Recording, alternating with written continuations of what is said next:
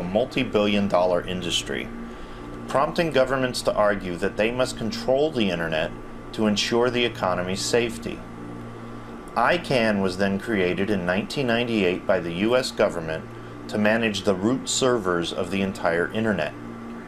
There, in Marina del Rey, California, 13 computers manage the domain names of the world, which are essential for the access and trafficking of all information on the internet. Whoever controls these 13 computers controls the World Wide Web. The rest of the world rightfully opposed the US-dominated control of ICANN, which was set to relinquish in 2006 when the UN would propose an international body to ensure that the net is available to all. But in a stunning declaration in 2005, the US Department of Commerce declared that they would keep control of these 13 root servers indefinitely. Each country has its own top-level domain name, and previously ICANN could make no change of ownership of these without both countries' consent.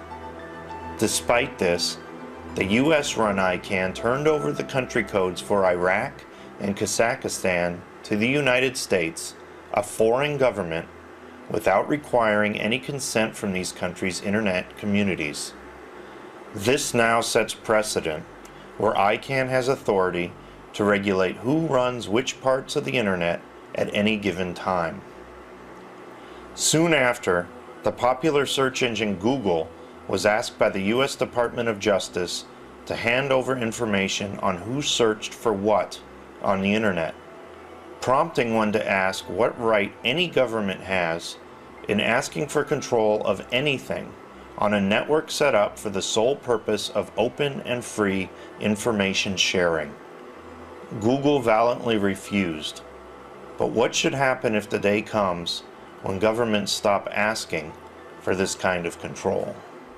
I think hacking skills are going to become critical to liberty in this country. Because as government and industry starts to realize they can use technology to shut people down, to reduce our liberties, the only freedom fighters out there will be hackers. The next war is not going to be fought with bullets and guns and bombs. It's going to be fought with code. It's going to be fought with technology, with computers.